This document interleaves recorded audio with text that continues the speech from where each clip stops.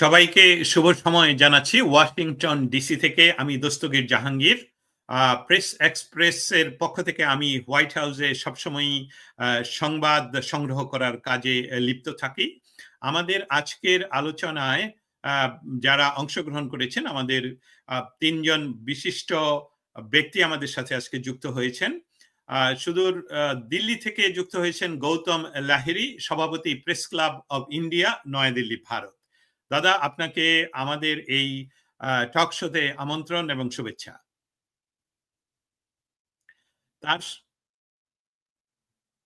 ধন্যবাদ ধন্যবাদ। তার সাথে আমাদের সাথে যুক্ত হয়েছেন বীর মুক্তিযোদ্ধা ডক্টর নুরুন নবী, নিউ জার্সি, যুক্তরাষ্ট্র থেকে। আপনাকে সুস্বাগতম এবং শুভেচ্ছা। ধন্যবাদ আমাকে সম্পৃক্ত করার জন্য। তা আমাদের সাথে আরো রয়েছেন যুক্তরাষ্ট্র আওয়ামী লীগের সভাপতি এবং তিনি যুক্তরাষ্ট্রে নিউ জার্সি স্টেট থেকে আমাদের সাথে যোগদান করেছেন ডক্টর সিদ্দিকুর রহমান। আপনাকে সুস্বাগতম এবং শুভেচ্ছা। আপনাকেও ধন্যবাদ আমাকে সংযুক্ত করার জন্য। জানি এই অগণিত মানুষ দেশে এবং প্রবাসে আমরা আজকে কি কথা বলবো, কি কথা জানবো, সেটা জানবে, সেজন্য যে সুযোগ করে দিয়েছেন সেজন্য ধন্যবাদ জানাচ্ছি দর্শকদেরকে বিশেষ করে।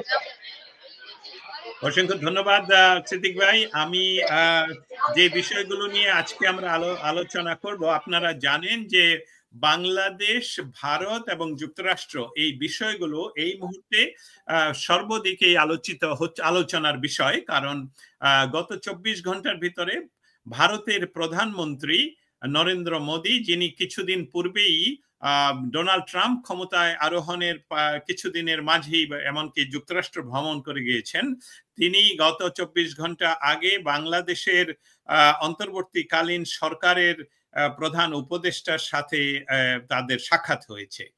এই বিষয়গুলোর উপর আজকের এই আলোচনা পরিচালনা করবেন আজকের হোস্ট হিসাবে আমাদের প্রেস এক্সপ্রেসের সম্পাদক শেখ মোহাম্মদ ফাউজুল মবিন ভাই। আনমিউট করে নিন।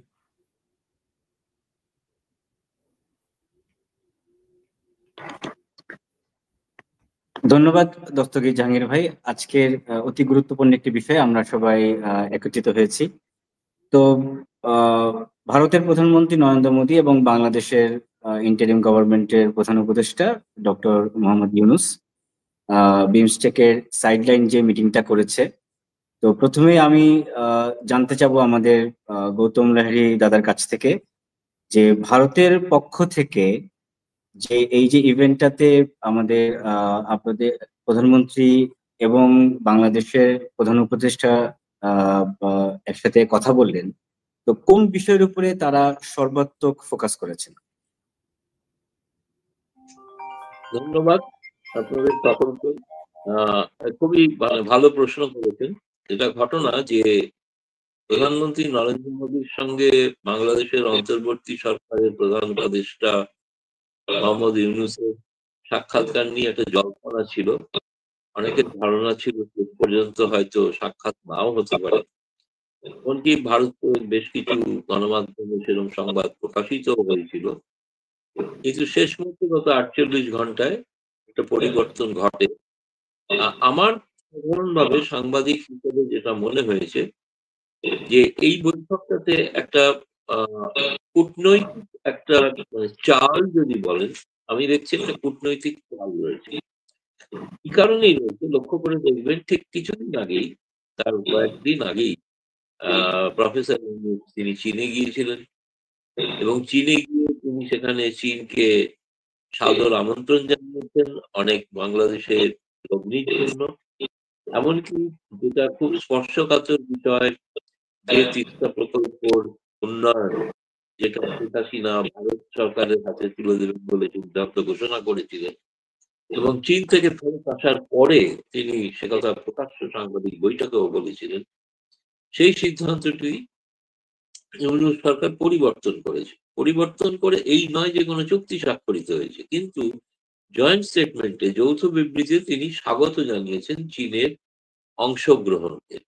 এবং এই বিষয়টা যে জায়গাটা ভৌগোলিক অবস্থান আপনি যদি দেখেন তাহলে রংপুর অঞ্চলের এই অঞ্চলটি খুবই স্পর্শকাতর এই কারণে ভারতের নিরাপত্তার দিক থেকে তার নিকটবর্তী স্থানই হলো ভারতের চিকেন নেক। ফলে চীনের কোনো প্রকল্প যখন কোনো প্রস্তাবের উপর বাস্তবায়ন হয় সেখানে কিন্তু সাধারণভাবে চীনের যেটা পিপলস লিবারেশন আর্মি বলা হয়, লাল ফৌজ, তাদের কিন্তু প্রযুক্তিবিদরা সেখানে উপস্থিত থাকে।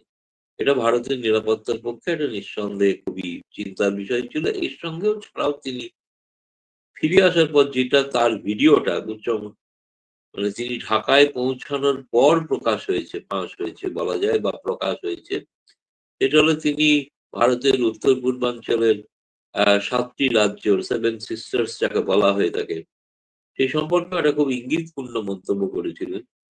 যে মন্তব্যটা থেকে কেউ কেউ ভারতের উত্তর পূর্বাঞ্চলের মুখ্যমন্ত্রীরা অনেকে হুমকি বলে ধরে নিয়েছিল। কিন্তু আমরা এই বিমস্টেক সম্মেলনেও দেখেছি যে জয়শঙ্কর তার ঘুরিয়ে একটা জবাব দিয়েছিলেন যে ভারতের উত্তর পূর্বাঞ্চলের সঙ্গে দক্ষিণ পূর্ব এশিয়ার যোগাযোগের একটা ব্যবস্থাপনা তৈরি চলেছে। এবং প্রধানমন্ত্রী নরেন্দ্র মোদীও আজকে তার বিমস্টেকের সম্মেলনের প্রারম্ভিক ভাষণে এই কথাটা উল্লেখ করেছে। মানে প্রকারান্তরে ইউনূসের বক্তব্যকে আমি বলবো যে অন্যভাবে জবাব দিয়েছিলেন। কিন্তু তাহলে বৈঠকটা হলো কেন? বৈঠকটা হওয়ার প্রয়োজন ছিল এই কারণে বিমস্টেক এমন একটা রাষ্ট্রের গোষ্ঠী যে গোষ্ঠীতে চীনও নেই, পাকিস্তান নেই। আর কিছুক্ষণ পর হয়তো আপনারা এই যেটা ব্যাংকক ঘোষণাপত্র জারি হবে এবং সেখানে যে মোহাম্মদ ইউনূসের উপস্থিতি, তিনি কিন্তু চীন এবং পাকিস্তানের সঙ্গে যে সম্পর্ক রাখছিলেন বা রাখতে চেষ্টা করছেন, এখনো করছেন না যে তা না, করছেন, সেটা তার পক্ষে মনে হয়েছে, যেটা তিনি মনে করছেন তার যুক্তিতে বাংলাদেশের জন্য ভালো। কিন্তু বিমস্টেকের আসার অর্থ হচ্ছে তিনি কিন্তু সেখান থেকে সরে আসছেন। এবং সরে আসছেন শুধু নয়, বিমস্টেকের আজকে প্রধানমন্ত্রী নরেন্দ্র মোদী তার যে লক্ষ্যগুলো ঘোষণা করেছেন, কি করতে চান, এবং তার মধ্যে একটা প্রধান বিষয় হচ্ছে যে ভারত মহাসাগরকে উন্মুক্ত এবং অবাধ চলাচলের ব্যবস্থা করে দিতে হবে, যেটা ইউনূস বলেছিলেন যে তিনি তার অভিভাবক। আজকে কিন্তু যে মেরিটাইম এগ্রিমেন্ট হয়েছে বিমস্টেকের জাহাজ পরিবহনের জন্য, আজকে কিন্তু একা বাংলাদেশ নয়, বিমস্টেকের 7টি দেশ যারা সরাসরি বঙ্গোপসাগরের বা ভারত মহাসাগরের কূলে উপস্থিত নয়, তো নেপাল বা ভুটান, তারাও কিন্তু আজকে সাগরের নিয়ন্ত্রক ভূমিকায় এলেন। এই ভূমিকাটা কিন্তু ইউনূস মেনে নিয়েছেন। তিনি মানেননি তা না। এখন যদি আমি যৌথ ঘোষণাপত্রে যদি ভিন্ন কিছু প্রকাশিত হয় তখন তাহলে মন্তব্য করে, কিন্তু আমার মনে হয়েছে যে এইটা, এবং দেখুন ইউনূসের তরফ থেকে যে আগ্রহটা ছিল, তিনি বুঝতে পারছেন যে তার সরকারকে ভারত লেজিটিমেসি দিতে চাইছেন। কেবলমাত্র জয়শঙ্কর নয়, ভারতের সেনা প্রধানও বলেছিলেন যে আমরা বাংলাদেশের সরকারের সঙ্গে স্বাভাবিক সম্পর্ক রাখবো যখন একটি নির্বাচিত সরকার হবে। ভারতের সেনা প্রধানও বলেছিলেন। ফলে ইউনূস চাইছিলেন জেনে প্রকারেও একটা ভারতের সঙ্গে একটা সমঝোতা বা একটা কূটনৈতিক স্তরের একটা বোঝাপড়ায় আসতে। তাগিদটা কিন্তু তার ছিল। ভারত কোনো চিঠি দেয়, চিঠি দিয়েছিলেন কিন্তু ইউনূস সরকার। সেটা বলেছেন, প্রকাশ্যে প্রকাশিত হয়েছে সব জায়গায়, যে আমরা ভারতের প্রধানমন্ত্রীর সঙ্গে সাক্ষাৎ করতে চেয়ে চিঠি দিয়েছি। চিঠি শুধু দেননি, আপনি দেখুন একটি কূটনৈতিক ভাষায় যেগুলোকে শারীরিক ভাষা বলা হয়ে থাকে, তিনি আজকে প্রধানমন্ত্রী নরেন্দ্র মোদীকে তিনি একটি ছবি উপহার দিলেন। এই ছবিটা কি, 2015 সালে যখন বিজ্ঞান কংগ্রেস হয় মুম্বাইতে, সেই সময় প্রধানমন্ত্রী নরেন্দ্র মোদী তার হাতে একটি পুরস্কার তুলে দিয়েছিলেন। তিনি সেই ছবিটা যে মানে উপহার দিয়ে নরেন্দ্র মোদীকে স্মরণ করিয়ে দিয়েছেন যে 2015 সাল থেকেই কিন্তু আপনার সঙ্গে একটা সম্পর্ক আমার ছিল। এবং যে কারণে, এবং স্বাভাবিকভাবেই একটা প্রধানমন্ত্রী তিনি যথেষ্ট খুশি হতে পারেন যে তার এই পুরনো চিত্রকে কেউ যদি তুলে এনে দেয়, যেমন এটা কূটনৈতিক পরিভাষায় একটা বলা হয় কনফিডেন্স বিল্ডিং, সেক্ষেত্রে স্বাভাবিকভাবে ইউনূসের তরফ থেকে যে তাগিদ ছিল তাগিদটা হচ্ছে এই যে যেটা বাংলাদেশের আভ্যন্তরীণ পরিস্থিতি যা, তাতে এই মুহূর্তে সেখানে নির্বাচনের দাবি অত্যন্ত জোরালো হয়ে উঠছে। আন্তর্জাতিক গণমাধ্যম থেকে আন্তর্জাতিক দুনিয়াও সেই নির্বাচনের কথা বলছেন।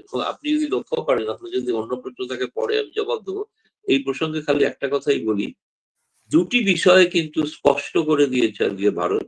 এক, এই মুহূর্তে শেখ হাসিনাকে ফেরত দেওয়া হচ্ছে না, এই প্রশ্ন ওঠেই না, কারণ নিয়ম মাফিক কোনো আবেদন করা হয়নি। তিনি দাবি করেছেন, নোট ভার্বালে পাঠিয়েছেন, নিয়ম হচ্ছে প্রত্যাপন যা, সেটা হচ্ছে কোনো আইনি আদালতে দোষী সাব্যস্ত হওয়ার পর তারপরে সেটা আবেদন করতে হবে। ফলে আজকে সে কথাটা, এই কথাটা বলে, যদিও ভারতের পররাষ্ট্র সচিব বলেছেন যে তারা কিন্তু এই প্রশ্নটা তুলেছিল, কিন্তু ভারত সে জানিয়ে দিয়েছে তাদের যে কোনো অবস্থানের কোনো পরিবর্তন করছে, কারণ পররাষ্ট্র মন্ত্রণালয়ের মুখপাত্র যা বলেছিলেন, পররাষ্ট্র সচিব বলছেন আমি তার থেকে নতুন কোনো কথা জানাতে পারি।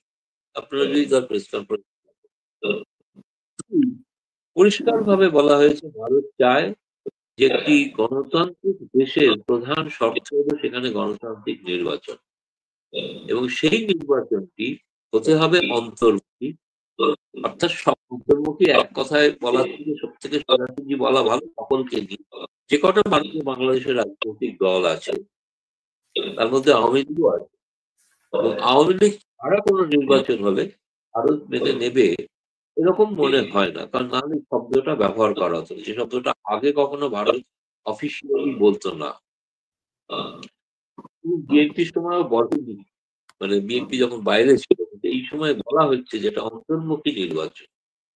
ফলে যে বৈঠকটা হয়েছে, এই বৈঠকটাতে আমি বলবো যে ভারতের দিক থেকে বাংলাদেশে হয়তো এমনি তারা ব্যাপক প্রচার করছে, বিশেষ করে নরেন্দ্র মোদীকে সাক্ষাৎ করতে হলো, ভারত বিরোধী প্রচার তুলেছিলেন তারা, এই ভারতের প্রধানমন্ত্রীর সঙ্গে তাদের সাক্ষাৎ করতে হলো এইভাবে, যেটাকে তারা জয় বলে মনে করছেন।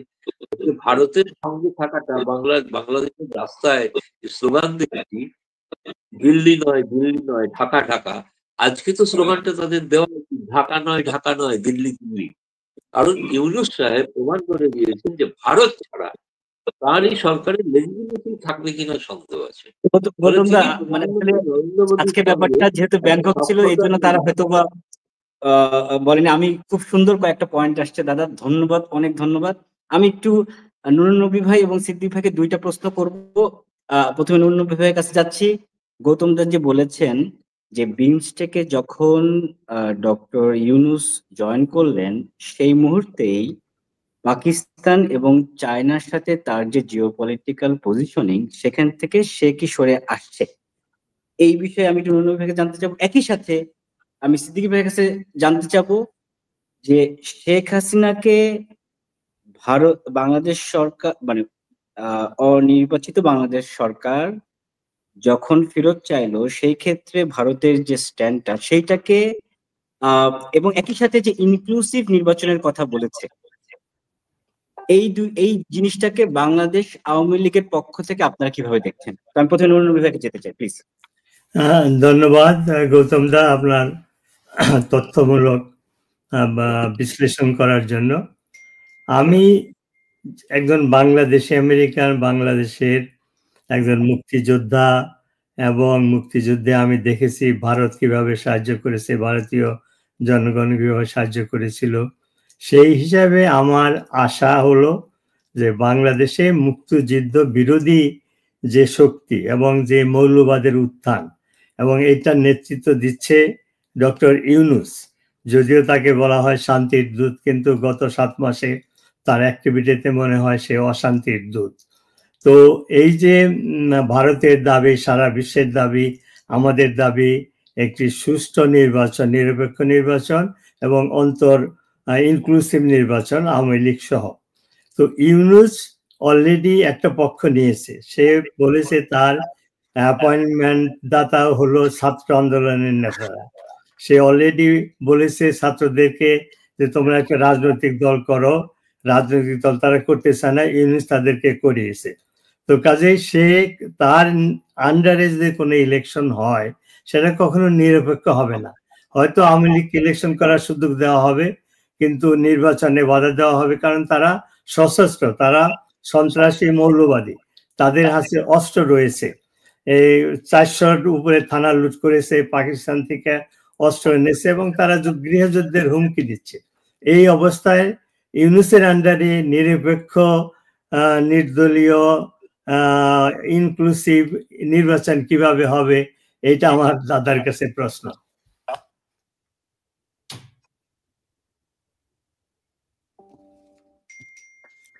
আমরা শুনে আসি ডক্টর সিদ্দিকের ভাইয়ের কাছ থেকে। ডক্টর সিদ্দিক ভাই, আমাদের মবিন ভাই যে প্রশ্নটা আপনাকে করেছিলেন সেই আলোকে আপনি আপনার বিশ্লেষণ, যে আসলে এটা কি হচ্ছে, যে ইনক্লুসিভ নির্বাচনের কথা যে দাবি তুললো বা ভারত প্রধানমন্ত্রী, এই বিষয়ে আপনার মত। আমি প্রথমে ধন্যবাদ জানাই তোমাকে এবং দাদা যে সুন্দরভাবে আমাদের অবৈধ সরকার প্রধান এবং একটা বিশ্বের সবচেয়ে বৃহত্তর গণতান্ত্রিক দেশের নির্বাচিত প্রধানমন্ত্রীর সাথে যে বৈঠকের ব্যাখ্যা দিলেন, সবই শুনেছি, বুঝতে পেরেছি। অনেক কিছু আমি বুঝতে পারছিলাম না, খবরের মাধ্যমে ওনার কাছ থেকে জানতে পেরেছি। উনি খুব তথ্যবহুল এবং সত্যিকারই what is happening or what happened during their meeting very সুন্দরভাবে তুলে ধরেছেন। আমার মনে হয় শ্রোতা যারা শুনছেন তারা সবাই বুঝতে পেরেছেন। তবে আমি যেটা বলছেন যে ডক্টর ইউনূস ব্যাংককে গিয়ে চীন এবং পাকিস্তানকে বাদ দিয়ে চলে এসেছে। আমার একটু বিনয়ের সাথে বলতে চাই, এই ডক্টর ইউনূস সাহেব বলেন উনি রাজনীতি করেন না, উনি রাজনীতি বোঝেন না। আমার দৃষ্টিকোণ থেকে সে সবচেয়ে বড় রাজনীতিবিদ। আমাদের 76 years old party Awami League 16 বছরের সরকারকে তার মিটিকুলাস ডিজাইনের মধ্য দিয়ে জঙ্গিদের সাথে নিয়ে যেভাবে একটা নির্বাচিত সরকার প্রধানকে দেশ থেকে বের করে দিয়েছে, সেই ডক্টর ইউনূস ওখানে যাই মোদী তার সাথে বসলেন কি বসলেন না, কথা বললেন কি বললেন না। আমার মনে হয় আমরা যারা আওয়ামী লীগ করি, আমরা এই দেশের মুক্তিযুদ্ধে তারা নেতৃত্ব দিয়েছে আওয়ামী লীগ, সর্বকালের সর্বশ্রেষ্ঠ বাঙালি জাতির জন্য বঙ্গবন্ধুর নেতৃত্বে, তারা আমরা এটা বিশ্বাস করিনি। এই বৈঠকে কি বলছেন কি না বলছেন কিছুই যায় আসে না। আমাদের যা কাজ সেটা আমাদেরকে করতে হবে। তবে ডক্টর নবী ভাই যেটা উল্লেখ করেছেন, 1971 সালে মুক্তিযুদ্ধের সময় ভারত আমাদের দিক থেকে সহযোগিতা করে। বঙ্গবন্ধু পাকিস্তানে কারাগারে ছিলেন, তার অনুপস্থিতিতে আমরা সশস্ত্র সংগ্রামের মধ্য দিয়ে ভারতের সমর্থন নিয়ে আমরা দেশ স্বাধীন করেছিলাম 9 মাসের ব্যবধান। আর আজকে 8 মাস চলছে আমার 16 বছরের সরকার, 76 বছরের দল বাংলাদেশের মাটিতে দাঁড়িয়ে কথা বলার মতো অবস্থান নেই। সেই প্রেক্ষাপটে আমি যেটা মনে করি, মাননীয় প্রধানমন্ত্রী মোদী যেভাবেই হোক ওনার সাথে দেখা করেছেন, প্রথম দেখা করতে চাচ্ছিলেন না, পরে দেখা করেছেন। আমার মনে হয় আর একটা কারণে দেখা করেছেন, যেহেতু এই প্রতিষ্ঠানটি আগামী 2 বছর বোধহয় বাংলাদেশ সরকার এটাকে হোস্ট করবে, সে কারণেই বাংলাদেশ সরকার প্রধানের সাথে তার হয়তো দেখা করা দরকার ছিল। আমার একটা ইন্টারপ্রিটেশন হতে পারে। এর জন্যই ডক্টর ইউনূস যেমন সেপ্টেম্বরে এসে করিডোরে বাইডেনের সাথে দেখা করে গলা ধরে আলিঙ্গন করে বললো যে দ্বিপাক্ষিক সম্মেলন হয়েছে, ওই রকম ধরনের এটা কিছু কথা বলার সুযোগ পেয়েছে, 2-4 জন সাথেও ছিল। তবে তেমন কিছু একটা আমরা এটা নিয়ে খুব আর চিন্তা ভাবনা করছি না। আমাদের চিন্তা ভাবনা আমাদেরই করতে হবে। জননেত্রী শেখ হাসিনা নির্দেশ মোতাবেক আমরা বাংলাদেশে যেটা কথা রবি হয়ে বলেছেন, নির্বাচন, কিসের নির্বাচন, কাদের সাথে নির্বাচন, কোন সরকারের আন্ডারে নির্বাচন, কেন নির্বাচন, এই সব সমস্যার সমাধান করতে হবে। একটা নির্বাচিত সরকারকে সরাই দেওয়া হয়েছে এবং সে দেশটা এখনো সেই নির্বাচিত সরকারের সংসদের কর্তৃক মনোনীত প্রেসিডেন্ট এই দেশটা চালাচ্ছেন সংবিধান অনুযায়ী। যে কাজগুলো হচ্ছে অসাংবিধানিক, আনইলেক্টেড, একটা মানে কি বলবো ইনলিগাল একটা ব্যক্তি, তার যার কোনো অতীত কোনো অভিজ্ঞতা নেই, দেশটাকে একটি সন্ত্রাসী দেশ হিসেবে পরিণত করেছে। মানুষ তার চলাফেরা করার কোনো সিকিউরিটি নেই। আওয়ামী লীগের নেতা কর্মীদের বাড়ি ঘরে একটার পর একটা পুড়িয়ে শেষ করে দেওয়া হয়েছে। 32 নম্বরে সেই আমাদের ঐতিহাসিক বঙ্গবন্ধুর বাড়িটাকে বোল্ডোজার দিয়ে এই ডক্টর ইউনূস, অবৈধ ইউনূস প্রধান, সরকার প্রধান, সে তার চোখের সামনে এটাকে কিভাবে ধ্বংস করে দিয়েছে সেটা আপনারা সবাই জানেন। তাই আমি ডক্টর ইউনূসের সাথে আমার মনে হয় এই মুহূর্তে আমাদের কোনো আলোচনা হতে পারে। তবে যেহেতু আমার মনে হয় যে সুদীপ ভাই আমরা মেসেজটা ক্লিয়ার বুঝতে পেরেছি যে বাংলাদেশ আওয়ামী লীগের স্ট্যান্ডটা কি নির্বাচন নিয়ে। আমি একটু তার কাছে ফিরে যেতে চাই যে আজকের একটি বক্তব্যে আমরা লক্ষ্য করলাম যে হোম সেক্রেটারি তার স্টেটমেন্টে উল্লেখ করেছেন যে অপ্রাসঙ্গিক মন্তব্য বর্তমান রেজিমের পক্ষ থেকে।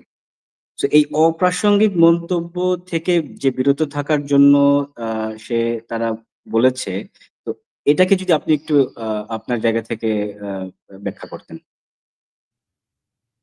দেখুন, প্রথমত বলি যে অপ্রাসঙ্গিক মন্তব্য তো আমাদের ভারতের মনে হয়েছে যে স্বয়ং ইউনূস সাহেবই কিছু করেছে চীন থেকে ঘুরে আসার পর।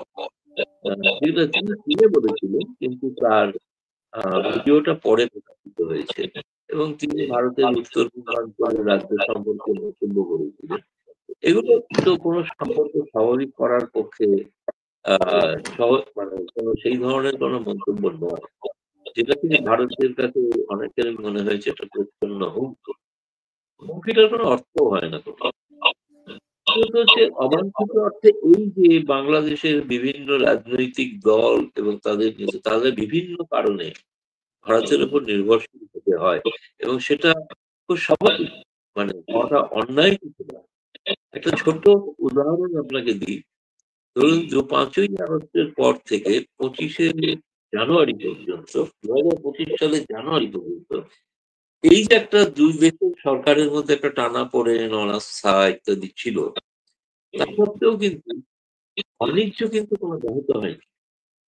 $5,000 মিলিয়ন ভারত থেকে রপ্তানি হয়েছে। সেই রপ্তানির মধ্যে কি আছে?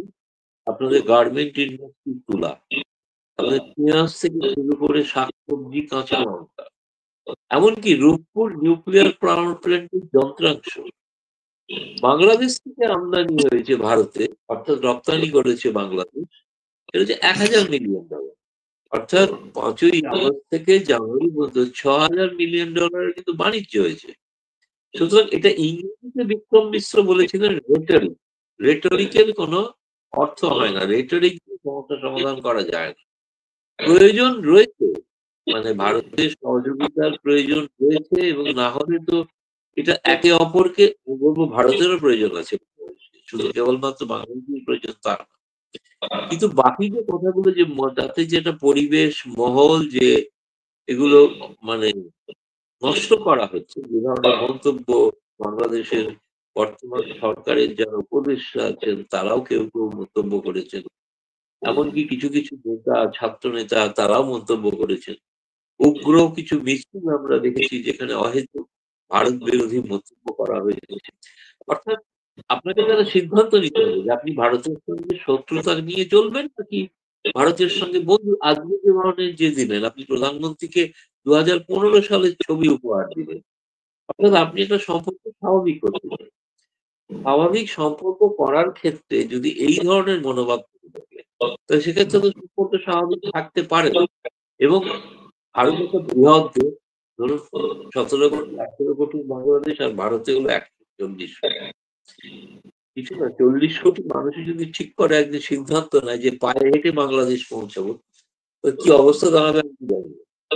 মানে অস্ত্র ছাড়াই নিরস্ত্র ভারতীয় যদি 40 কোটি ভারতীয় 140 কোটি যদি পদযাত্রা করে টাকার উদ্দেশ্যে, আপনাদের আমরা দেখেছি ফেনীর উদ্দেশ্যে যাত্রা করছে, যে সমস্ত মন্তব্য সোশ্যাল মিডিয়াতে এই বৈঠকের পর করা হয়েছে, জয় পরাজয় বলে একটা ব্যাখ্যা করা আছে, কে কার কাছে নত স্বীকার করলেন, এসবের ব্যাখ্যা চলছে। যে প্রশ্নটা তারা ঘুরিয়ে দিতে চাইছেন সেই প্রশ্নটা হচ্ছে যে ভারত যে নির্বাচনের প্রসঙ্গ যে কথাটা বলেছেন, সেই কথাটা সম্পর্কে ইউনুসের জবাব কি? ইউনুস বলেছেন জুন থেকে ডিসেম্বরের মধ্যে করবেন। মানে তো বিএনপি বলেছে তারা ডিসেম্বরের মধ্যে নির্বাচন না হলে তারা পথে নামবে।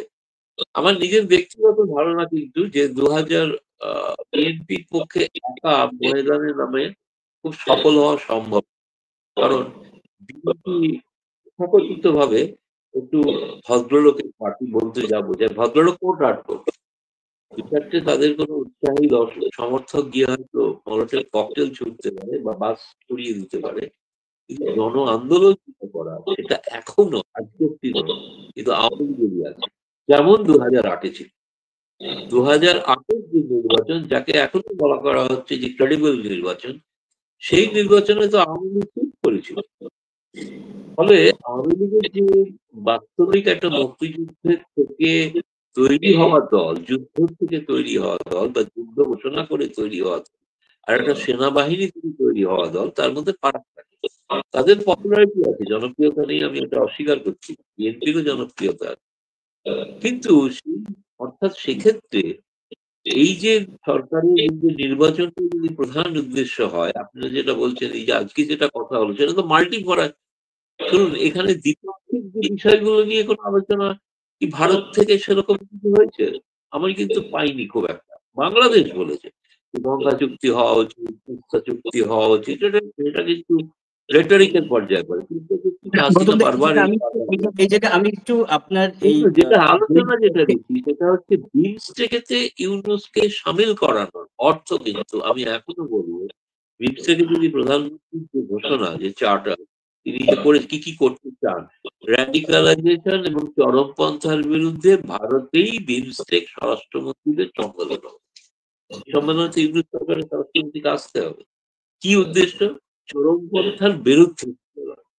সেটা তো ইউনুস সরকারকে তারা রাজি হয়েছিল। তো এখন জানি না সেটা এখন ইউনুস ফিরে গিয়ে কি জবাব দেবেন, তারকে যারা সমর্থন করছেন, তার যিনি মুখে বলছেন তিনি চরমপন্থাকে সমর্থন করেন না, কিন্তু সেই বিষয়গুলো আমার মনে হয়েছে এই পর বাংলাদেশের ভেতরে আভ্যন্তরীণ অবস্থায় ডক্টর ইউনুসকে অনেক বেশি কিন্তু জবাবদিহি করতে হতে পারে। মোদীকে আপনি কি কি দিয়ে এসছেন এইটা তো আগে জানা দরকার। বাংলাদেশের মিডিয়া প্রশ্ন করার আজকে অবস্থায় নেই, তারা করবেও না, কিন্তু আমরা তো এই প্রশ্নগুলো তুলতে পারি ইউনুস সাহেবের কাছে যে আপনি মোদীকে কি প্রতিশ্রুতি দিয়েছেন, কি করতে চান ভারতের সঙ্গে। বিমস্টেকের সঙ্গে সম্পর্ক রাখতে গেলে আপনাকে ভারত মহাসাগরকে উন্মুক্ত রাখতে হবে। একা সাগরের মালিক আপনি একা হতে পারেন না, এবং উত্তর পূর্বাঞ্চলকে একটা অন্যতম ইকোনমিক হাব বলে স্বীকার করতে হবে। সেটা বিমস্টেক সম্মেলনের সিদ্ধান্ত, যাতে একজন কিন্তু পার্টি। ফলে এসবের কারণে ইউনুস যদি, আমার ধারণা তিনি মনে করছেন যে এই সঙ্গে থাকলে আমার হয়তো ক্ষমতায় থাকাটা স্বাভাবিক হয় বা ক্ষমতায় থাকাটা মজবুত হতে পারে। তার দিক থেকে এটা একটা ছিল ভারতের সঙ্গে সম্পর্কটা স্বাভাবিক করা, কারণ ভারতের সঙ্গে সম্পর্ক স্বাভাবিক না থাকলে বাংলাদেশের ঘটনা এটা প্রমাণিত সত্য, আর ওর পক্ষেই কিন্তু থাকা সম্ভব হয় না। আওয়ামী লীগ তো পরীক্ষিত বন্ধু ভারতের, সে বিষয়ে তো লুকো চাপার কিছু নেই, নাহলে শেখ হাসিনাকে ভারতে আশ্রয় কেন দেওয়া হবে। গৌতম দা, আপনি যে কথাটা বললেন আমরা মনে করছি সেটা হলো অনেকগুলো বিষয়কে একসাথে, লেজিটিমেসি অফ দিস মিটিং, যে এটার আসলে একটা অনির্বাচিত সরকারের সাথে পৃথিবীর সর্ববৃহৎ ডেমোক্রেটিক কান্ট্রি হিসাবে এটা লেজিট কিনা সেটা আমাদের প্রশ্ন। সেই বিষয়ে আমরা চলে যাব ডক্টর সিদ্দিকুর রহমান এবং ডক্টর নূর নবীর কাছে। ডক্টর সিদ্দিকুর রহমান, আপনার কাছ থেকে আসলে যেহেতু আপনি আওয়ামী লীগের রাজনীতির সাথে সরাসরি যুক্ত এবং এই মুহূর্তে আপনি জানেন যে গৌতম দা যে কথাটা তুলে ধরলেন যে ডক্টর ইউনুস এই যে সভায় উনি যে সকল প্রতিশ্রুতি দিয়ে এসেছেন, উগ্রবাদ, আমি আমার কথাটা বলে রাখি যে উগ্রবাদ নিয়ে ভারতের যে সংশয়, যে ভারত যে বিষয়টা সবসময় রক্ষা করতে চাচ্ছে যে ক্রস বর্ডার উগ্রবাদ যাতে না হয়, এবং যুক্তরাষ্ট্র ভারতকে সর্বদাই আশ্বাস দিচ্ছে ইন্দো প্যাসিফিক জোন তথা ভারতীয় উপমহাদেশে যাতে উগ্রবাদের কোনো ধরনের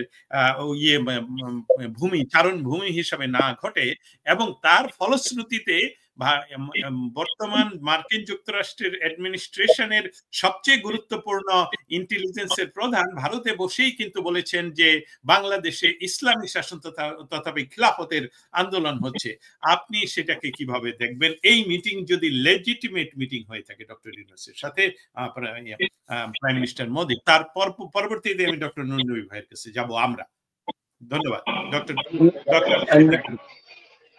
মিটিংটা তো অবশ্যই লেজিটিমেট মিটিং হয়েছে। বিভিন্ন দেশের রাষ্ট্রপ্রধানরা এখানে উপস্থিত ছিলেন।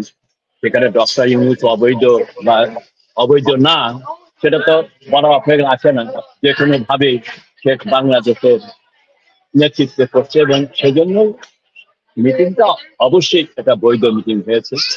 তবে আমি আবারও বলছি, দল হিসাবে এই মিটিংয়ে ডক্টর ইউনূস এবং প্রধানমন্ত্রী মোদী কি আলাপ আলোচনা হয়েছে, হয়তো অনেক কিছু ডিপ্লোম্যাটিক্যালি হয়তো বলতে পারছেন না, বা দ্বিপাক্ষিক কি আলোচনা হয়েছে, দুই পক্ষ আসল কি সেটা হয়তো জানা সম্ভব হবে না।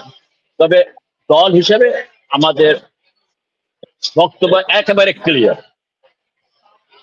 24 সালের নির্বাচনে এটা নির্বাচিত সরকারের প্রধান মাননীয় প্রধানমন্ত্রী জননেত্রী শেখ হাসিনা, তাকে এই বিশেষ ব্যক্তিটি, যার উপরে আমার মনে হচ্ছে গৌতম দা কি ভরসা করতেছেন ব্যাখ্যা দিয়ে যে হয়তো বা তার পরিবর্তন হবে। এই লোকটির মিটিকুলাস ডিজাইন যদি আপনি দেখেন, তার যে মাস্টার মাইন্ডের সদস্যরা প্রত্যেকটাই জঙ্গি, এবং তারা একজন এই সরকারে রয়েছে এক ছাত্র প্রতিনিধি উপদেষ্টা, সে তো বলেছে যে 5 তারিখে যদি শপথ না হতো তাহলে তারা তাদের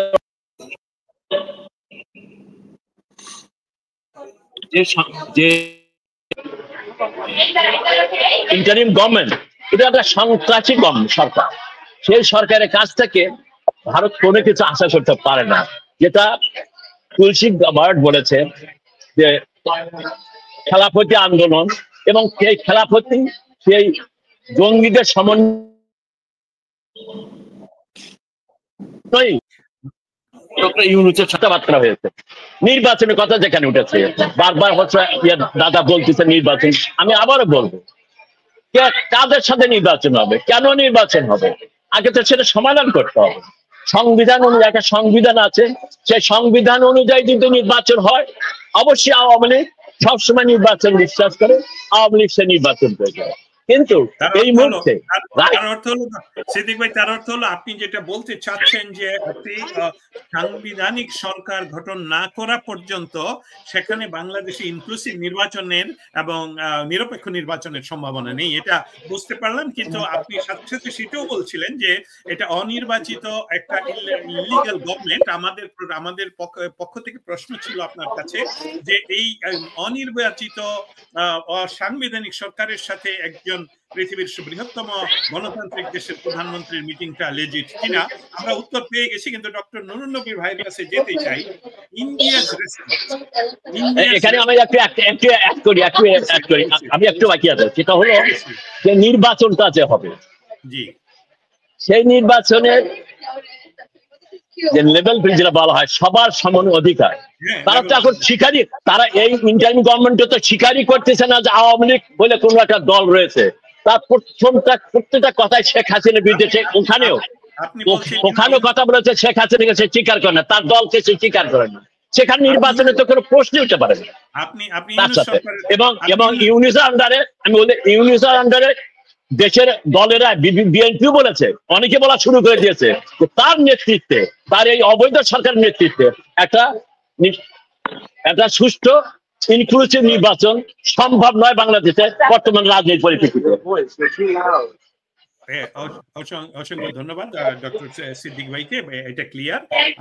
আপনাদের ধারণা হলো বাংলাদেশ আওয়ামী লীগের যুক্তরাষ্ট্র আওয়ামী লীগের সভাপতি ডক্টর সিদ্দিকুর রহমান, আপনার ধারণা হলো যে বাংলাদেশের বর্তমান ইলিগেল, যেটা ইলিজিট বলছেন এবং অসাংবিধানিক বলছেন, যে এই অসাংবিধানিক সরকারের অধীনে যেহেতু উনি একটা নিজে পার্টি গঠন করেছেন এবং তারা বাহিরে থেকে ভিতরে থেকে এই নির্বাচন তারা যদি হয় তাহলে এটা ইনক্লুসিভ হলেও সেখানে এই নির্বাচন নিয়ে আপনি সংশয় প্রকাশ করেছেন এবং একটা সাংবিধানিক সরকারের কথা বলছেন। ডক্টর নুরুন নবী ভাই, আপনি তো মুক্তিযোদ্ধা ছিলেন, আপনাকে অবশ্যই স্যালুট আমাদের পক্ষ থেকে, নেশনের পক্ষ থেকে। বাংলাদেশের মুক্তিযুদ্ধের একজন বীর মুক্তিযোদ্ধা আপনি।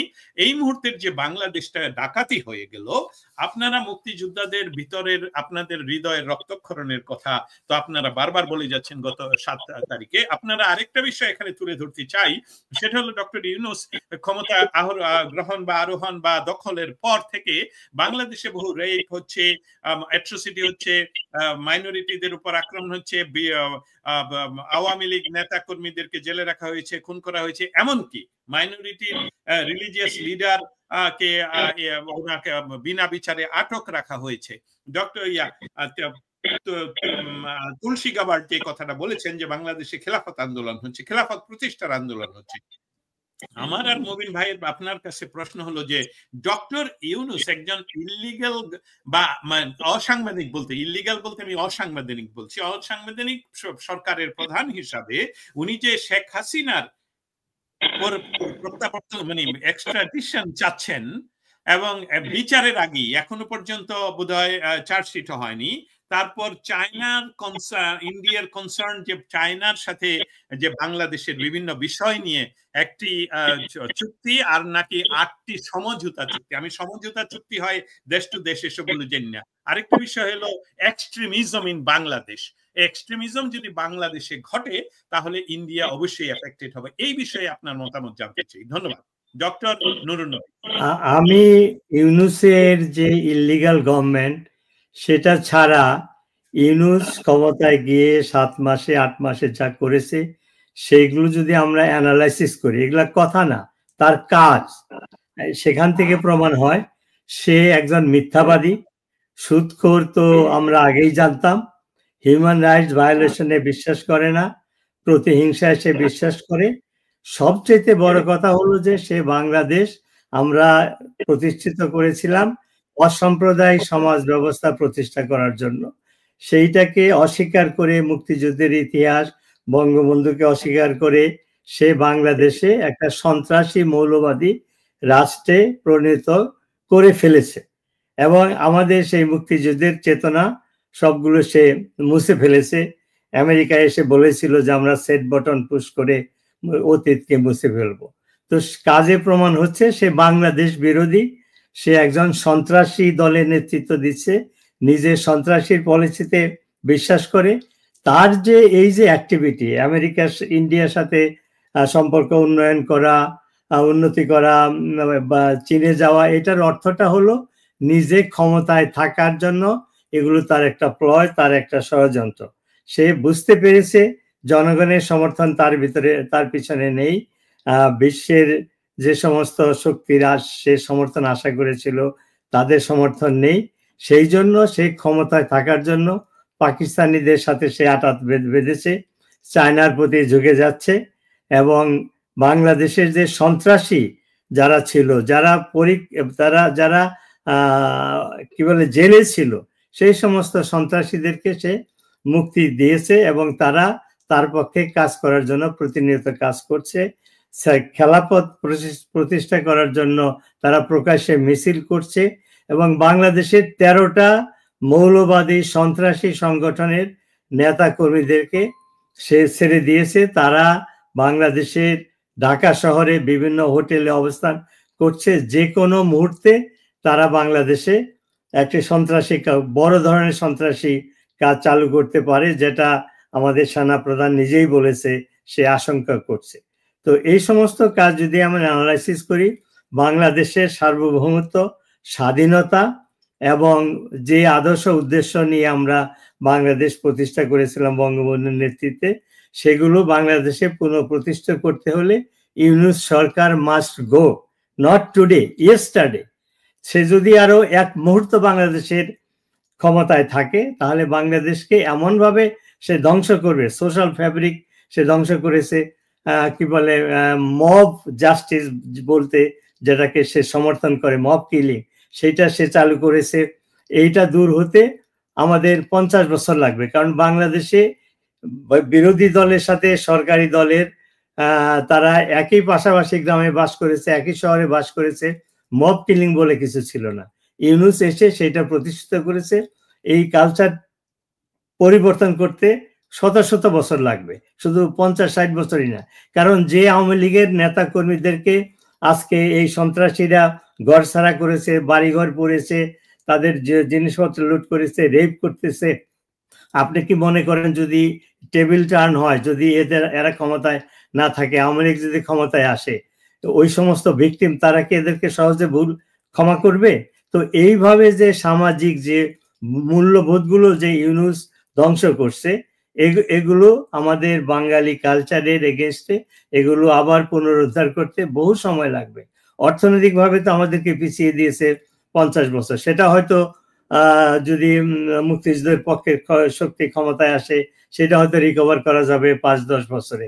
কিন্তু এই যে সামাজিক মূল্যবোধ, এই যে সংস্কৃতি, আজকে বাংলাদেশে কি লালন, রবীন্দ্রনাথ, নজরুল এদের চর্চা করা যায় না, নববর্ষ উদযাপন করা যায় না, নববর্ষ ঈদের দিনে মিছিল হয় মূর্তি দিয়ে। তো এই যে মুক্তিযুদ্ধ বিরোধী মৌলবাদী সন্ত্রাসী এর সহযোগিতায় সে ক্ষমতায় এসেছে এবং ক্ষমতায় থাকার জন্য সে যে কোনো ধরনের কাজ করবে, যে কোনো ধরনের মিথ্যা কথা সে বলবে। সে বাংলাদেশকে যদি বিক্রি করে দিতে হয় তাকে ক্ষমতায় থাকার জন্য, সে সেটা করবে। এখন কেন প্রধানমন্ত্রী মোদির সাথে দেখা করার জন্য এত উদ্গ্রীব হয়েছে? কারণ দেখছে তার পায়ের তলায় মাটি সরে যাচ্ছে, সেই জন্য এখন ইন্ডিয়ার দিকে ঢোকার চেষ্টা করছে, চায়নার দিকে চেষ্টা করছে। কিন্তু ভারত এবং যুক্তরাষ্ট্র সহ সারা বিশ্ব যখন মোদির এই আসল চেহারা, এই মৌলবাদী সন্ত্রাসী রাষ্ট্র এবং খেলাফত প্রতিষ্ঠার যে আসল ঘটনাগুলো যখন জানতে পারবে, কেউ তাদেরকে সাহায্য করতে আসবে না। ভারত কখনো তার পাশে একজন নেইবার, যেখানে 18 কোটি লোক বাস করে, তারা একটা মৌলবাদী সন্ত্রাসী রাষ্ট্রে পরিণত হবে, ভারত সেটা চাইবে না। ডোনাল্ড ট্রাম্পের policy zero tolerance towards Islamic terrorism, সেটাও তারা সাপোর্ট করবে না। এখন সে চেষ্টা করতেছে তার লাস্ট, ওই যে ডুবন্ত মানুষ যেমন খড়কুটা ধরে বাঁচতে চায়, ইউনূস এখন তাই করছে, যার ফলে এলন মাস্কের সাথে তার ব্যবসায়িক সম্পর্ক প্রতিষ্ঠা করার চেষ্টা করছে, ভারতের সাথে নতজানু হয়ে নরম কথা বলছে। কিন্তু কাজের বেলায় তার যে মৌলবাদী সন্ত্রাসী, এদেরকে সে কন্ট্রোল করতে পারবে না, কারণ অলরেডি তাদের কাজে আমরা বুঝে গেছি এটা দূরত্ব হয়ে গেছে।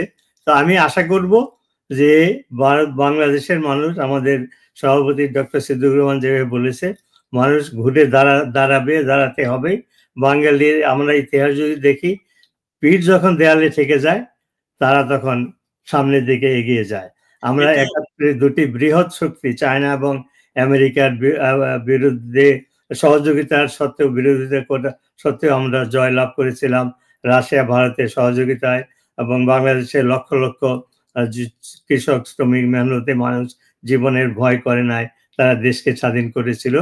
এই অবস্থার সৃষ্টি হতে যাচ্ছে, আমাদের ক্ষতি হবে, আমাদের জানমালের ক্ষতি অলরেডি হয়েছে, আরো হবে, কিন্তু আমরা পরাজিত হব না। আমরা এই অশুভ শক্তির বিরুদ্ধে আমরা জয় লাভ করব। এবং আমি সব বক্তব্যের পরেই যে স্লোগানটা 71-এ দিয়েছিলাম, জয় বাংলা, জয় বঙ্গবন্ধু, এই স্লোগান নিয়েই মানুষ সামনের দিকে এগিয়ে আসবে। অবশ্যই ধন্যবাদ ডক্টর নুরনবী ভাই। আমি আর মবিন ভাই, আপনি একটু আনমিউট হন। আমরা আসলে দুজন মিলে এখন যাব গৌতম লাহিড়ীদার কাছে। আমি প্রশ্নটার প্রথম অংশ করি, দ্বিতীয় অংশটুকু মবিন ভাই আপনি উত্থাপন করবেন। প্রথম অংশটুকু লাহিড়ী দা আপনি শুনলেন, আপনার প্রথম বক্তব্য, দ্বিতীয় বক্তব্য শোনার পর ডক্টর সিদ্দিক ভাইয়ের কথা শুনলাম, ডক্টর নূরনবী ভাইয়ের কথা শুনলাম। আপনার কাছ থেকে যেটা জানলাম সেটার নিয়ে আমার প্রশ্নটা হলো যে আপনি যে ডক্টর ইউনূস ক্ষমতা গ্রহণের আগের 2 দিন আগে থেকে যেই জিনিসটা উনি শুরু করলেন সেটা হলো 7 সিস্টার দখল হয়ে যাবে, 7 সিস্টার অমুক হয়ে যাবে, এসব বলা শুরু করলেন। তারপর উনি কি করলেন, চায়নার প্রতি আগ্রহ দেখালেন। তারপর উনি কি করলেন, বাংলাদেশের কোন নর্মাল যা রেগুলার গত 53 ইয়ার্স ধরে যারা রাজনৈতিক শক্তিগুলো আছে তাদের কাছ থেকে সাপোর্ট না চেয়ে উনি উগ্রবাদীদের সাপোর্ট নিচ্ছেন, উনি ইসলামীদের সাপোর্ট নিচ্ছেন। এবং এই নিয়ে পাকিস্তানের, এমনকি পাকিস্তানের আমরা রিপোর্টে শুনেছি, আমরা ভেরিফাই করতে পারছি না, যে পাকিস্তানি সেনাবাহিনীর বিভিন্ন লোকদেরকে উনি ঢাকায় নিয়ে এসেছেন এটা দেখানোর জন্য যে উনি খুব পাওয়ারফুল। কিন্তু এর বিপরীতে আপনি যে কথাটা বললেন, যে সকল কথা উনি গতকালকে দিয়েছেন তার অর্থ কি? ডক্টর ইউনূস কি এখন কি সারেন্ডার করছেন ইন্ডিয়ার কাছে? This is my part. Mobin ভাই প্লিজ, আপনি আসলে কি ডক্টর ইউনূস এখন ইন্ডিয়ার কাছে সারেন্ডার করেছেন গতকালকে নাকি নয়? মবিন ভাই প্লিজ। না, আমার মনে হয় দাদার কাছ থেকে আমরা এই প্রস্তুতটা শুনে আমরা একটু নেক্সটে যাব। দুই দেশই বর্ডার কিলিং নিয়ে কথা বলেছে। আপনার স্পেশালি রাতের বেলা বর্ডারে যে ধরনের মানে আনলফুল অ্যাক্টিভিটি হয় সেই জিনিসটাকে ভারত সরকার তুলে ধরেছে। সো এই মানে দুই সরকারই বলতেছে বর্ডার কিলিং স্টপ করার জন্য। এই জিনিসটাকে একটু আমরা আর একটু ব্যাখ্যা চাই আর কি। তাহলে গৌতম দা আপনার কাছ থেকে শুনতে চাচ্ছি যে এটা কি ডক্টর ইউনূসের সারেন্ডার নাকি? ধরুন আমি এটা হয়তো সাধারণভাবে একটা পারসেপশন হতে পারে, কিন্তু আমি এমন কোনো মন্তব্য করতে চাই না যে ডক্টর ইউনূস ভারতের কাছে আত্মসমর্পণ করেছেন। আত্মসমর্পণ করেছেন কি করেননি সেটা তার ঢাকায় ফিরে যাওয়ার পর তার পরবর্তী কার্যকলাপ থেকে কিন্তু সেটা অনেক বেশি প্রমাণিত হবে আর কি। তবে এখনো উনি ব্যাংককে আছেন, ফলে এখান থেকে এখন বলা কেউ যদি আত্মসমর্পণ করে থাকে তাহলে সেই অনুযায়ী তার সিদ্ধান্তগুলো প্রতিফলিত হবে।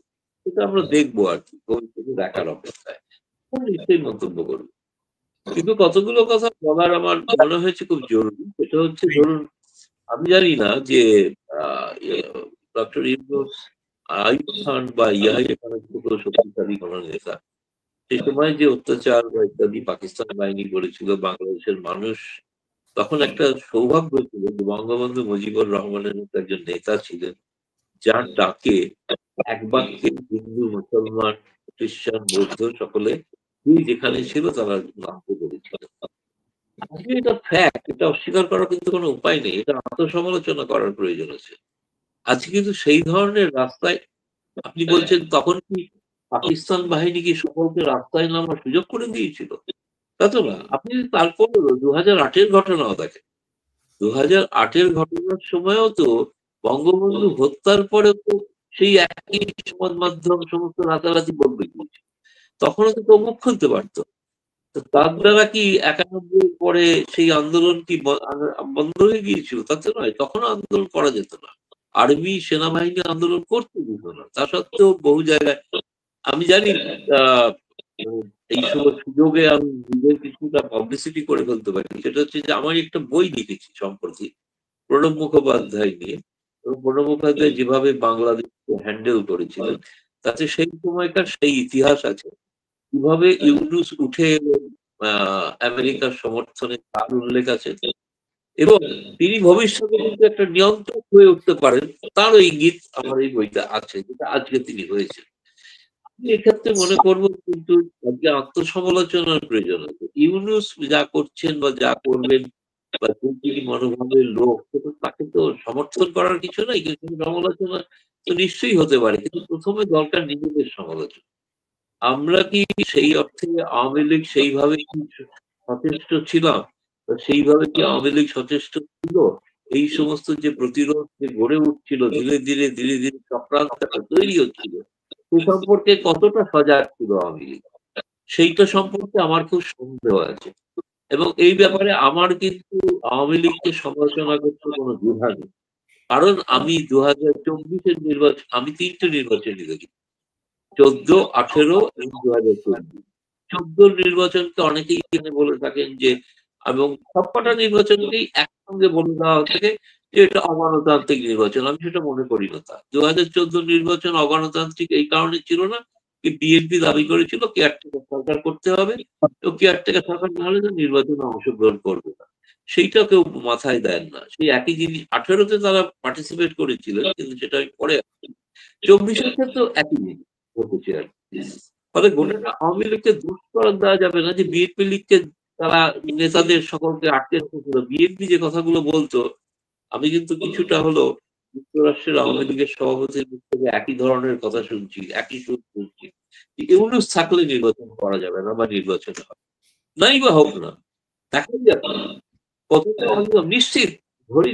তখনও তো বিএনপি একই ধরনের অভিযোগ করেছিল, যা নেতা না থাকলে নির্বাচন করা যাবে। এটা কোনো গণতান্ত্রিক পদ্ধতিই নয়। নির্বাচনে আপনাকে জোর করে হারিয়ে আপনাকে কারারুদ্ধ করবে, বন্দী করবে, কিন্তু তবু আপনাকে দেখাতে হবে আপনি রাস্তায় না নামলে বাইরের বহিঃশক্তি কোনো কেউ জোর করে ক্ষমতা আদায় করে দিতে পারবে না। 71-এর সময় সম্ভব হয়েছিল একটাই কারণে, সেটা হচ্ছে সাধারণ মানুষ সৌভাগ্য একটা নেতা ছিল। আজকে একটা নেতার অভাব কিন্তু পরিলক্ষিত হচ্ছে, যেটা কিন্তু দরকার আওয়ামী লীগের নিজেদের মধ্যে বসে তৈরি করে। এটা কিন্তু বিদেশ বিভূতি থেকে এই লড়াইটা করা যাবে না। এটা আজকের দিনে শত শত আওয়ামী লীগের নেতারা যারা ভারতে রয়েছেন, আমি প্রকাশ্যে বলেছি, আমার কথা বহুভাবে প্রচারিত হয়েছে অন্য সংবাদ মাধ্যমে, গণমাধ্যমে। তারা কি করছেন? প্রশ্নটা সেইটা, তাদের রণনীতি কি? আমি জানি হাজার হাজার কর্মী তারা রোজ আমাকে ফোন করেন, আমাদের নেতাদের নির্দেশ কি, তারা কি গতিপথ দেখাতে চাইছেন। একমাত্র এই সময় কিন্তু রাস্তায় আছে যারা, তারা কিন্তু ছাত্রলীগ, আর কেউ নেই রাস্তায়।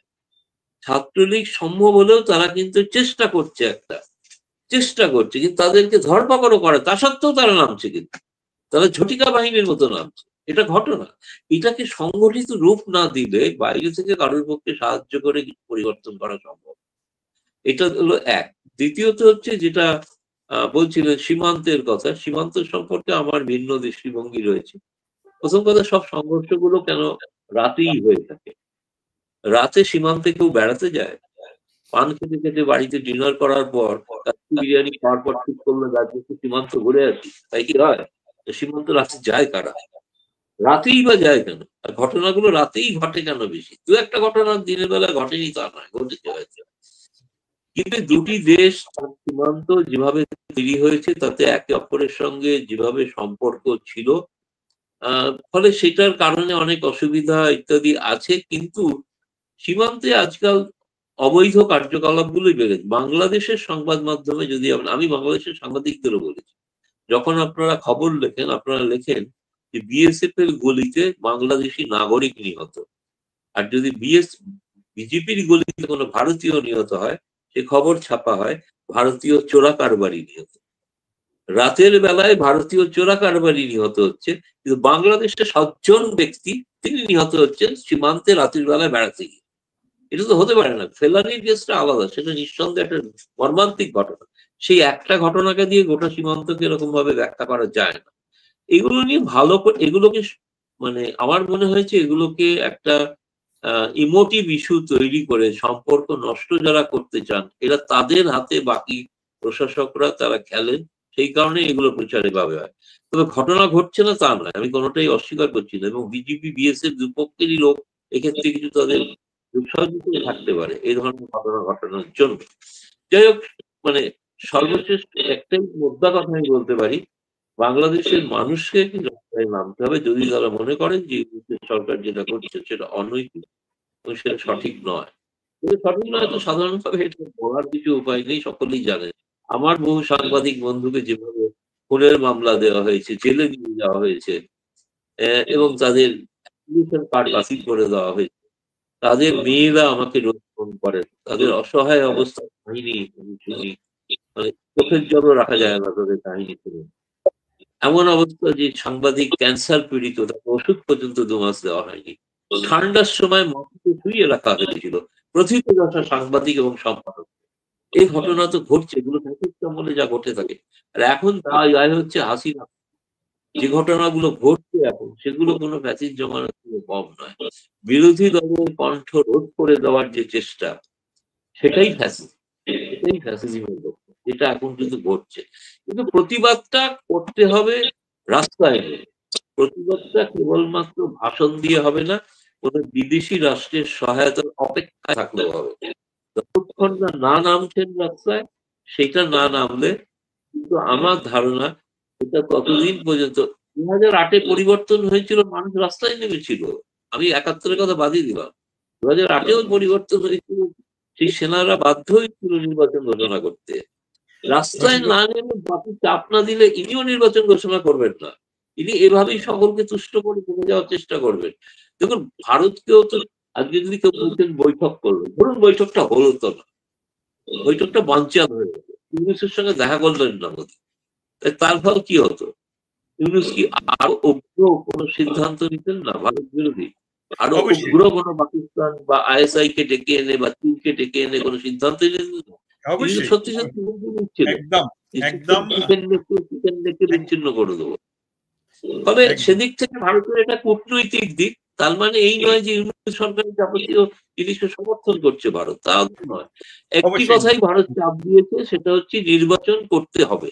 তো নির্বাচন করার ক্ষেত্রে এই বার্তাটা বাংলাদেশের মানুষের হয়ে যাওয়া উচিত, তাদেরও নামা উচিত, বাড়িতে থেকে রাস্তায় নেমে বলতে হবে। আপনাকে ধরে নিয়ে যাবে, আটক করবে, গুলি করবে, তা করবে। গণ আন্দোলন লক্ষ লক্ষ মানুষকে নামতে হবে।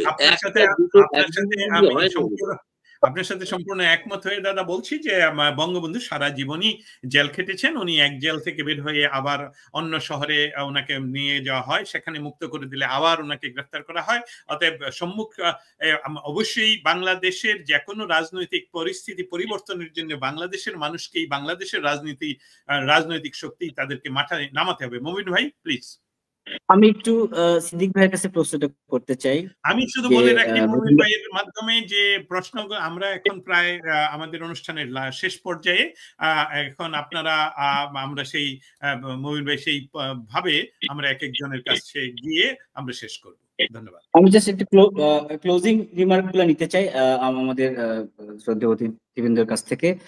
সিদ্দিক ভাইয়ের কাছে একটি সুনির্দিষ্ট প্রশ্ন এবং আপনার ক্লোজিং রিমার্ক খুব ছোট করে বলবেন। ছাত্রলীগ ছাড়া বাংলাদেশ আওয়ামী যুবলীগ, বাংলাদেশ আওয়ামী স্বেচ্ছাসেবক লীগ, বাংলাদেশ মহিলা আওয়ামী লীগ, বাংলাদেশ আওয়ামী লীগ মাঠে নাই। গৌতম ধার বাক্য থেকে আমরা পেলাম দেশে থেকেই আন্দোলন করতে হবে, এটা আওয়ামী লীগকে, এই বার্তাটাও আমরা পেলাম। আপনি কিভাবে দেখছেন এই দুইটা মেসেজকে? অবশ্যই অবশ্যই, এটা আমারও প্রশ্ন ছিল আপনার ডক্টর সিদ্দিক ভাইয়ের কাছে। ধন্যবাদ। একটু আনমিউট হয়ে নেবেন সিদ্দিক ভাই, একটু আনমিউট হয়ে নেবেন। আচ্ছা, হ্যাঁ, গৌতম দা খুব স্পষ্ট করে বলেছে এবং সত্য কথাটাই বলেছে, বাস্তব কথাটা বলেছে। আমাদেরই অনেকের ধারণা যে ভারত আমাদের ক্ষমতা বসায় দেবে, ভারত আমাদের সবভাবে সহযোগিতা করবে। গৌতম দার ওনার বক্তব্যে এটা ক্রিস্টাল ক্লিয়ার যে খালি ভারত নয়, কোন দেশের সহযোগিতায় আমরা আমাদের যে ক্ষমতা আমরা হারিয়েছি, যে শাসন ক্ষমতা আমরা হারিয়েছি, সেটা আমরা ফেরত পাবো না। এটা আমাদের নিজেদেরকে উদ্ধার করতে হবে। আমি তাতে একমত। বাংলাদেশে যেটা মোমিন ভাই জিজ্ঞাসা করে, ছাত্রলীগের কিছু কথাবার্তা হচ্ছে, যুবলীগ, স্বেচ্ছাসেবক লীগ, তাদের কোনো মাঠে দেখা যাচ্ছে না, এটা আমাদের দুর্ভাগ্য। গৌতম দাও একটা কথা বলেছেন যে বঙ্গবন্ধুর সময়ও কিন্তু কর্মকাণ্ড হয়েছে, রাস্তাঘাটে প্রতিবাদ হয়েছে। 2007 সালে 8 সালেও একই ঘটনা ঘটেছে, উনি সত্যি বলেছেন এবং ঘটনাটা নাই। আমাদেরকে সেই অবস্থায় যেতে হবে। তবে আমি যে কথাটা আবারও বলবো, একটা অসাংগঠনিক অবৈধ সরকারের আন্ডারে কোনোভাবেই একটা নির্বাচন বৈধ নিতে হলে তাহলে সব দলগুলোকে নিয়ে, আওয়ামী লীগের সহ নিয়ে বসে যদি একটা ঐক্যমতে পৌঁছানো যায়, তাহলে হয়তো বা সেটা সম্ভব হবে। তা না হলে আমি স্পষ্ট করে বলছি, আমাদের রাস্তায় নামতে হবে। আমরা সেই প্রস্তুতি নিচ্ছি দেশে এবং প্রবাসে। ধন্যবাদ। অসংখ্য ধন্যবাদ সিদ্দিক ভাই। আমি নন্নু ভাইয়ের কাছে যেতে চাই আপনার ক্লোজিং রিমার্কস এর জন্য, প্লিজ। আমি খুব সংক্ষেপে বলবো, সেটা হলো ডক্টর ইউনূস বাংলাদেশ বিরোধী মৌলবাদের পক্ষে, বাংলাদেশকে বিভিন্ন ষড়যন্ত্রের মাধ্যমে নিজে ক্ষমতায় থাকার জন্য বাংলাদেশকে সে তালিবানি রাষ্ট্র বানাতে দ্বিধাবোধ করবে না, ইরাকের মতো রাষ্ট্র বানাতেও দ্বিধাবোধ করবে না, এবং সে ইয়ামেন অথবা সিরিয়ার মতো রাষ্ট্র বানাতেও সে দ্বিধাবোধ করবে না। সে নিজে ক্ষমতায় থাকার জন্য এবং প্রতিহিংসা নেওয়া শোধ করার জন্য সে যে বাংলাদেশকে বিক্রি করতেও রাজি আছে। এই জন্য ইউনূস সরকারকে অতি সত্বর আমাদেরকে ক্ষমতা থেকে সরাতে হবে এবং নিরপেক্ষ নির্দলীয় সরকারের আন্ডারে নির্বাচন করে গণতন্ত্র প্রতিষ্ঠা করতে হবে। এবং এখানে সেনাবাহিনীর ভূমিকাও আছে। তারা শুধু জাতিসংঘের চাকরি রক্ষার জন্য তারা সকল নিরপেক্ষতা অবলম্বন করবে, এটা তাদের দায়িত্ব না। তারা দেশকে রক্ষা করার জন্য সার্বভৌমত্ব রক্ষা করা তাদের দায়িত্ব।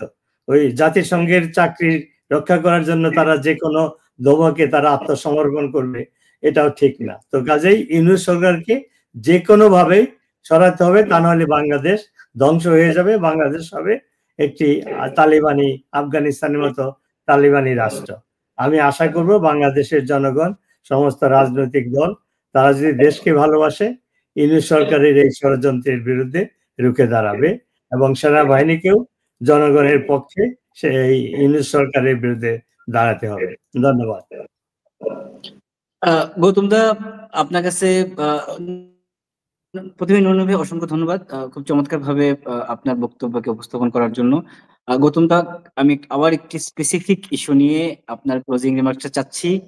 বাংলাদেশি গণমাধ্যম কর্মীর পাকিস্তানে ভিজিট, সুস্পষ্টভাবে তাদেরকে গাইডলাইন দেওয়া কোন নিউজ প্রচার করা যাবে, কিভাবে করা যাবে, কোন নিউজ প্রচার করা যাবে না, এটা কতটুকু অ্যালার্মিং বাংলাদেশের গণমাধ্যমের জন্য, এবং একই সাথে আজকের পুরো বিষয়টার উপরে আপনার শেষ বক্তব্য চাচ্ছি। এটা তো কোনো এটা মন্তব্য নিষ্প্রয়োজন, কারণ হচ্ছে যে এটা তো মানে স্বাভাবিকভাবে এটা তো গণমাধ্যমের স্বাধীনতা হরণের একটা পদক্ষেপ মাত্র না। ফলে সেক্ষেত্রে গণমাধ্যমের স্বাধীনতা থাকে। তারা তো আমি দেখতে পাচ্ছি বাংলাদেশের গণমাধ্যম তো আমি নিয়মিত রোজই প্রায় ফলো করি এবং দেখছি আর কি। তাহলে আমি তো বুঝছি তাদের সঙ্গে অনেকের সঙ্গে আমাদের কথাও হয়। ফলে তারা তো বলে যে কোনো উপায় নেই, কোনো উপায় নেই, তাদেরকে করতে হচ্ছে। আপনি আমার কাছে বক্তব্য করুন, এই সময়গুলো আপাতভাবে খুব হতাশাবাদী মনে হয়। আপনি ৭৫ পর ভারতের বাংলাদেশের সংবাদপত্রগুলো খুলে দেখুন। আমার কাছে সংবাদপত্র বিশাল বিশাল ভলিউম আছে। সেই সময় প্রকাশিত হয়েছিল, বঙ্গবন্ধুর নাম পর্যন্ত প্রকাশিত হয়, মুজিবুর রহমানও প্রকাশিত হয়। সুতরাং এই অবস্থায় বাঙালি দেখেছে, ফলে বাঙালি কিন্তু রুখে দাঁড়িয়েছে তারপরেও। ফলে এগুলো আমার কাছে মনে হচ্ছে সাময়িক ফেজ, এগুলো হতাশাজনক, সাময়িকভাবে হতাশা তৈরি করে, কিন্তু এগুলো চিরস্থায়ী নয়। স্থায়ী একটাই জিনিস, সেটা হলো পরিবর্তন। সব মানে এটা হয় না। তবে এটা আজকে যেটা মনে হচ্ছে বেশি ৫ই আগস্ট থেকে ২০২৪ আজকে ৫ই আগস্ট আসেনি, ১ বছর আসেনি। যে ১৫ বছর দীর্ঘসময় ধরে আমাদের ক্ষমতায় ছিল, তাদের কাছে হয়তো এটা দুঃসহ মনে হতেই পারে, কারণ এতদিন ধরে মনে হচ্ছে একটা লম্বা সময়, আর কতদিন। কিন্তু এটা কিছুই না। আমার মনে হয় দীর্ঘমেয়াদী লড়াইয়ের জন্য আমাকে প্রস্তুত হতে হবে। এমন বাংলাদেশের ইতিহাসই কিন্তু তাই। একদম। ধন্যবাদ, শুভরাত্রি। এবার ধন্যবাদ, শুভরাত্রি।